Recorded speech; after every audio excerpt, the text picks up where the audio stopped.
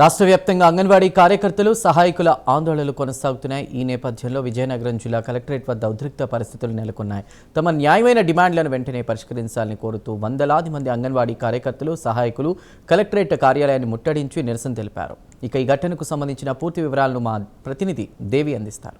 Collectorate వద్ద ఉద్రిక్త వాతావరణం చోటు చేసుకుంది. అంగన్వాడీ కార్యకర్తలు హెల్పర్స్ యూనియన్స్ అసోసియేషన్ అయితే తమ న్యాయమైన డిమాండ్లను పరిష్కరించాలంటూ కూడా ఇక్కడ ధర్నా చేస్తున్నారు. అసలు ఏంటి వాళ్ళ డిమాండ్స్ అనే విషయాన్ని మనం వాళ్ళని అడిగి తెలుసుకుందాం. అమ్మ చెప్పండి, ఏంటి మీ డిమాండ్స్? ప్రభుత్వం నుంచి ఏం కోరుకుంటున్నారు? నా పేరు K Prabhavati, anganwadi workers and helpers జిల్లా అధ్యక్షురాలిని. నా పేరు కే ప్రభావతి.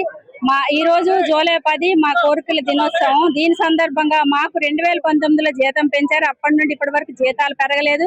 దానివల్ల మాకు చాలా ఈ పేద కుటుంబాలు బ్రతకడం చాలా కష్టం ఉంది. ధరలు అయితే విపరీతంగా పెరిగిపోయి దానివల్ల జీతాలు పెంచమని ఎన్నిసార్లు మేము డైరెక్టరేట్కి వెళ్ళి నోటీస్ ఇచ్చినా సీఎం గారు ముందు పెడతా అంటున్నారు. 2024లో మేము 42 రోజులు ధర్నా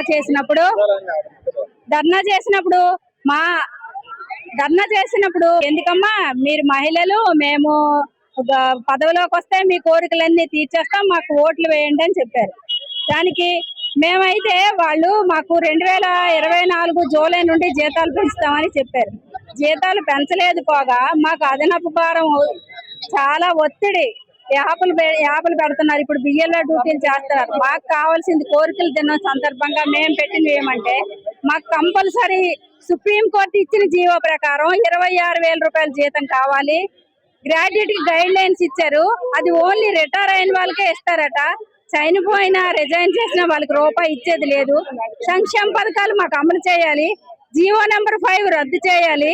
నవచేతన యాపను రద్దు చేయాలి. ఇవన్నీ కోరికల దినం సందర్భంగా మేము ఈ కూటమి ప్రభుత్వాలు వచ్చినా, ఏ ప్రభుత్వాలు వచ్చినా మీకు న్యాయం అయితే జరగట్లేదా? ఏ ప్రభుత్వం వచ్చినా ఇదేనండి. వ్యక్తులే మారుతున్నారు తప్ప ఏ విధానాలు ఎప్పుడు మారలేదు. ఈయన తప్పితే వాళ్ళు, వాళ్ళు తప్పితే వాళ్ళు, ముందు మా నెత్తి మీద చేసి మీ కోరికలు తీరుస్తామంటున్నారు. ఇప్పుడు మాకు వాళ్ళు గద్దెన ఎక్కిన తర్వాత మమ్మల్ని మర్చిపోతున్నారు. అమ్మా చెప్పండి, ఏంటి మీ డిమాండ్స్ ఏంటి? ఈ రోజు ఇక్కడ ఇంత పెద్ద ధర్నా చేయడానికి గల కారణం ఏంటి? అంగన్వాడీ వ్యవస్థ పుట్టి 50 సంవత్సరాలు అవుతుంది. ఈ సందర్భంగా అంగన్వాడీ కోరికల దినోత్సవం, అందుకని దేశవ్యాప్తంగా కూడా ఈ రోజు నలుపు చీరలు కట్టుకొని బ్లాక్ డేగా ఈ రోజు దేశవ్యాప్తంగా అంగన్వాడీ యూనియన్ నిర్ణయం చేసింది. అందులో భాగంగానే మన రాష్ట్రంలో అన్ని కలెక్టర్ ఆఫీసుల దగ్గర నలుపు చీరలు కట్టుకొని నిరసన తెలియజేస్తున్నాం. ప్రధానంగా అంగన్వాడీని ప్రభుత్వ ఉద్యోగులుగా గుర్తించాలి. కనీస వేతనం 26,000 రూపాయలు ఇవ్వాలి. PF ESI ఇవ్వాలని చెప్పి సుప్రీంకోర్టు తీర్పించింది. కానీ ఈ రోజు కోర్టుల తీర్పుని ఈ రోజు అమలు చేయడానికి ప్రభుత్వాలు సిద్ధంగా లేవు. కాబట్టి మా ప్రధానమైన డిమాండ్ కనీస వేతనం ఇవ్వాలి, PF ESI సౌకర్యం కల్పించాలి, గ్రాడ్యుయేటీ చట్టం ప్రకారం గ్రాడ్యుయేటీ అమలు చేయాలని చెప్పేసి డిమాండ్ చేస్తున్నాం.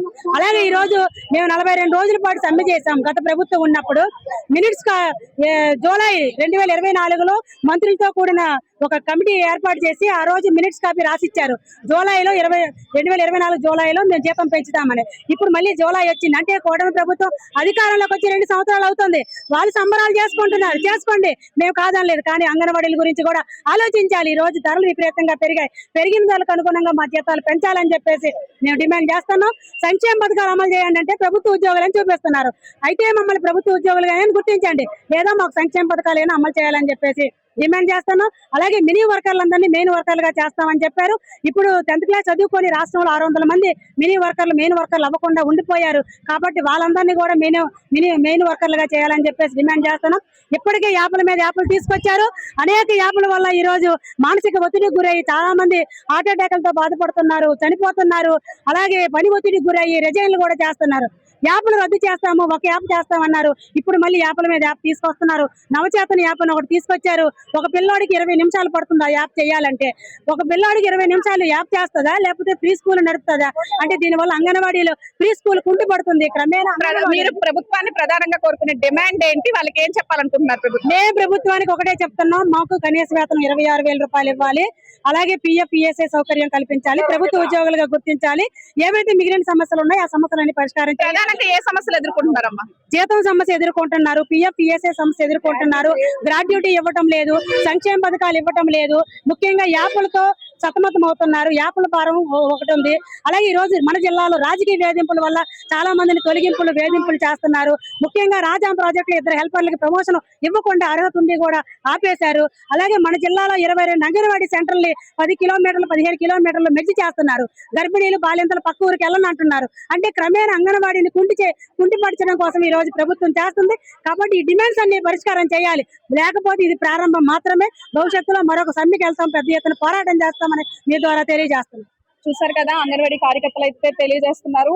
మా యొక్క డిమాండ్స్ పూర్తి చేయాలి, 26,000 రూపాయలు మాకు కనీస వేతనం పెంచాలి అంటూ కూడా డిమాండ్ చేస్తున్న పరిస్థితి అయితే చూస్తున్నాము. ఇది ఇలా ప్రభుత్వాలు మా గోడు వినకపోతే మరింత ఉధృతం చేస్తాం మా సమ్మెను కూడా తెలియజేస్తున్నారు. కెమెరా పర్సన్ కిషోర్ తో దేవి, ప్రైమ్9 న్యూస్, విజయనగరం నుంచి.